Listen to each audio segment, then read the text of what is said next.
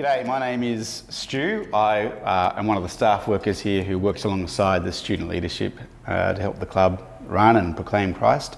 And I'm here with another staff worker who does the same thing, Karen. G'day, Karen. Hey. We're going to be talking about the coronavirus, COVID-19, and about evangelism and how these things relate. We're going to do a series of short videos called Corona Conversations around the kind of evangelistic opportunities we get during this season, which is a really unique time. But firstly, Karen, I just want to ask you a little bit about your COVID-19 experience, because for me, this has meant Netflix. I went out for a surf one day, just vegging out. For you, I feel it's quite different because you're a special person. So what have you done with your COVID-19 downtime? Well, so I've made a list of Corona projects, and Corona Project 1 was to build a deck. So I worked with my brother-in-law and we built this massive deck at the back of our house. Tick. It was tick. Done. Tick, done. Finished. So I can't believe that. So the world's in chaos, it's turned upside down, and you've built a deck already. What's the next project? Yeah.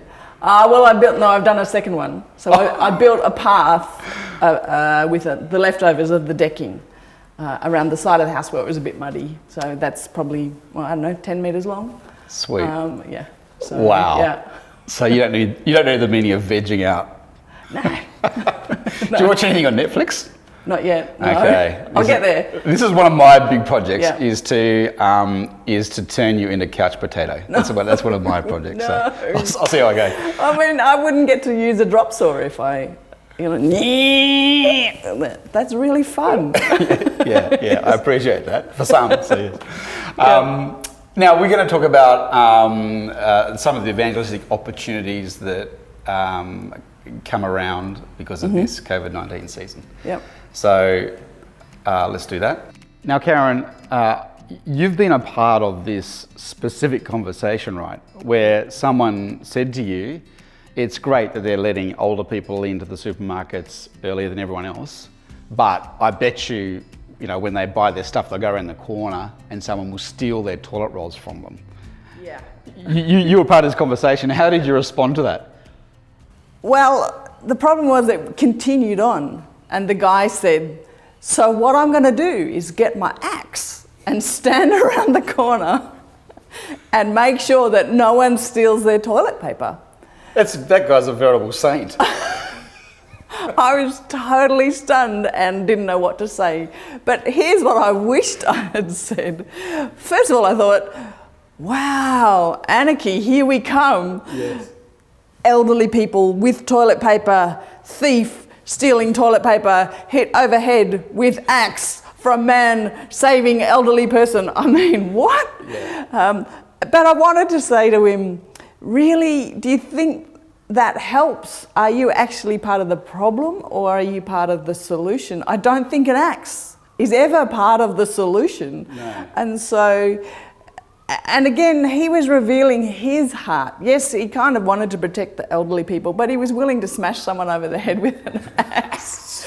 And our hearts, we betray ourselves all the time. We expose ourselves all the time. He was exposing himself in terms of his sinful heart. But we actually are self-deceptive.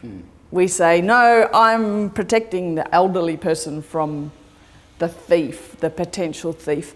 But I think we all do that. Yes. We say, I don't do that thing, but I'm going to do this thing. Yes. I'm going to pretend that I'm not as bad as them, yes, while simultaneously being awful in a different situation.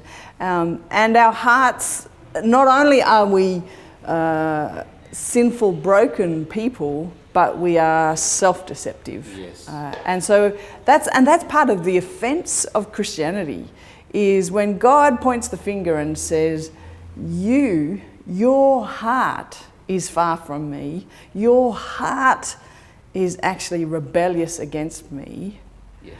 It's offensive because he's putting the finger right where it hurts, and pressing that and says, see, here.